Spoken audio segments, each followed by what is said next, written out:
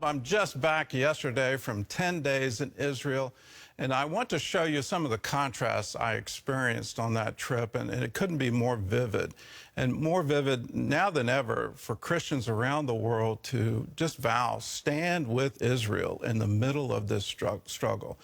Here's the first picture. It's my first day there, and I'm trying to get over jet lag, and one of the things you do is you go out and walk in the sun.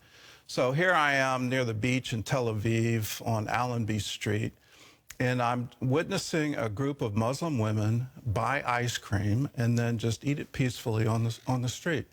So here they are in Tel Aviv, enjoying freedom. There's no threat against them, nobody trying to rape them, nobody trying to kill them. And so all this talk that somehow Israel is an apartheid state and that Palestinians aren't safe, there's visual evidence. They're absolutely safe. They're absolutely secure. They're surrounded by Jews in Tel Aviv, not the capital, the major city of Israel. And here they are safe. And what a stark contrast to what I experienced just a few days later. Here we are outside the house of Sivan Elkabet, and she was killed. She's 23 years old. Here is the youth area of her kibbutz. It's Kfar Aza, which is Hebrew for town of Gaza. In this town, they supported Gaza. They were considered liberal, if you will, in Israeli society. They wanted peace with their neighbors. They offered them employment. They advocated for them. They wanted them to enjoy life just as they enjoyed life. But on October 7th, Hamas terrorists invaded that kibbutz, and they killed her. She's 23 years old. Here's outside her house, and you can see the sign that her parents put up. Her father called her Savani. That was her nickname. And this is the devastation of her house. And let's go inside, because here's the room where she was killed. They've taken away part of the couch that she was killed in because too much of her blood was on it. You can still see the marks on the wall, and those are blood marks. The pock marks are both bullet holes. They're also a fragmentary grenade when the IDF came in, because the terrorists then converted her house. After they killed her, they converted it into a watch station, and from her house, they shot IDF soldiers. Then I had an interview with her brother, Nadav, and here's his picture outside his sister's house. And to hear him talk about the hope, the future that she had, and how it was all taken away, it was heart-wrenching to hear him. And my prayer over him, may her memory be a blessing. May people remember Sivan and the sacrifice of her life. May we never forget. This is going to be hard to watch. This is a video that George Thomas of CBN News took just a month after the attack, and this is Sivan's house. This is the back room where she tried to hide. You can see the blood on the floor there. There's the couch where she was murdered. And again, all the pock marks on the ceiling, the bullet holes everywhere, the absolute devastation. For us as Christians, let us remember her sacrifice. Let's remember what we're fighting for. This is a beautiful woman cut off from life at age 23. Let us never forget, and let us stand firm with Israel, that we stand against an Islamic death cult. There is nothing peaceful about Hamas. They have vowed to do this again and again and again, repeat October 7 over and over and over until Israel is wiped off the map. Let us believe them. Let us not give them any aid, comfort, any funding. UNRWA should stop right now. There should be no more aid going into that organization, because we already know the aid is diverted into Hamas terrorism. The aid is diverted into creating those tunnels. The aid doesn't go to people who are starving. It goes to the fighters. It goes to the terrorists so they can inflict more damage. Here's the fact. They're still firing rockets. For all the calls of ceasefire, Hamas is still firing rockets into Israel. Now, we've got a hot mic moment from our president, President Biden, where he was bragging that he had told Netanyahu there needs to be a come to Jesus moment. Well, my message to President Biden, you need a come to Abraham moment. Abraham had his relatives captured. They were captured, they were taken away as hostages. What did he do? What did Abraham do? He went to war. And in that war, he didn't stop until all the hostages were returned safe. That needs to be our vow for the Israeli people.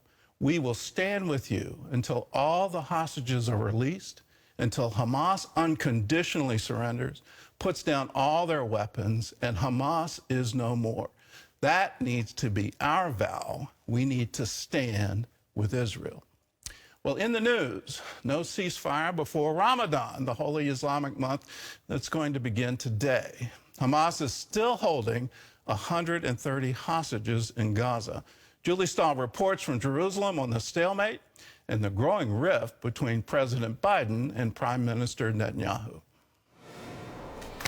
President Biden said he's worried about violence in Jerusalem without a ceasefire as Israel braces for trouble in Jerusalem, Judea and Samaria known as the West Bank, and beyond during Ramadan. Muslims gathered for prayer at Al-Aqsa Mosque on the Temple Mount Sunday evening, Israel repeating its pledge that it will allow Muslims from Palestinian areas to pray there.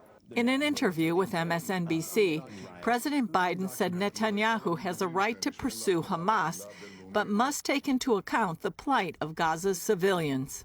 But he must pay more attention to the innocent lives being lost as a consequence of the actions taken. He's hurting Israel more than helping Israel. It's contrary to what Israel stands for. And I think it's a big mistake. Netanyahu responded in an interview with Politico that his policies represent the vast majority of Israelis.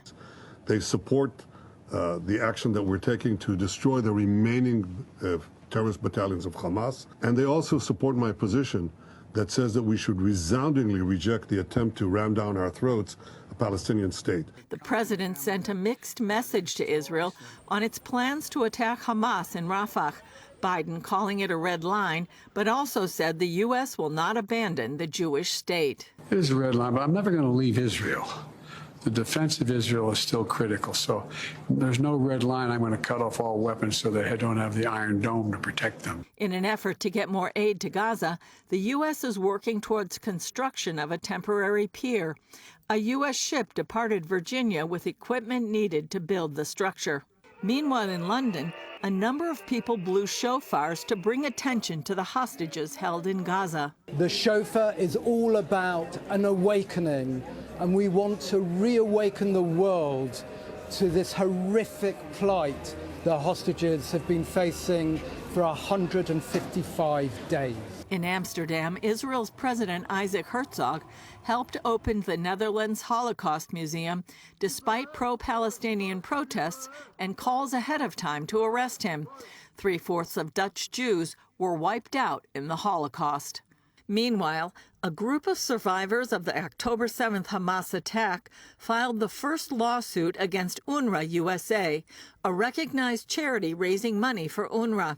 The suit claims the group is responsible for materially supporting terrorism by knowingly and actively using their charity to operate a terrorist financing scheme in violation of federal law. Julie Stahl, CBN News, Jerusalem. I applaud this action. It's time to take the law and use it against these organizations that are funding terror. UNRWA is absolutely responsible. They had terrorists on their payroll. They had terror tunnels underneath their headquarters. They were diverting humanitarian aid in order to supply Hamas terrorists. These are facts, and it needs to absolutely stop. Any country that is supplying Hamas, and I'll call out Canada, which just said we're going to start our payments again to UNRWA. Any country that is funding Hamas is funding terrorism, and the full force of international law, U.S. law, needs to be brought to bear.